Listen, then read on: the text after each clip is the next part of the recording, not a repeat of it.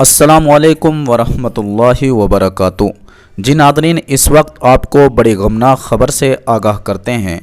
گروگرام کی انجمن مسجد سیکٹر 57 کے 19 سالہ نوجوان حافظ سعد کو آج 1 اگست رات 12 بجے کے قریب 200 سے زائد فرقہ پرستوں نے موب لنچنگ کر کے شہید کر دیا اور مسجد کو بھی جلا دیا۔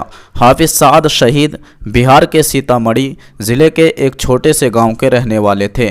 گھریلو حالات درست نہ ہونے اور 3 بہنوں کی زندگی سنوارنے کے لیے کم عمری میں تعلیم چھوڑ کر کے 8 ماہ پہلے ہی انجمن مسجد میں امامت و اذان اور علاقے کے بچوں کو مسجد میں پڑھانے کے لیے بحال ہوئے تھے۔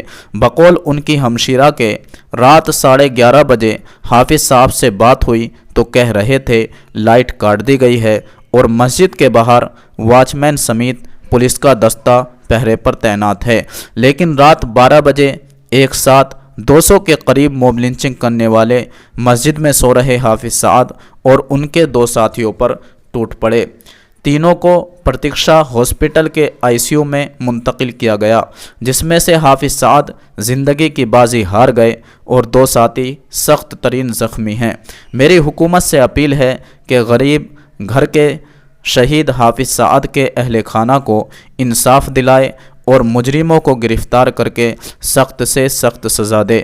نیز مسلم تنظیموں سے اپیل ہے کہ حافظ سعد شہید کے اہل خانہ کا انصاف دلانے میں بھرپور تعاون کریں۔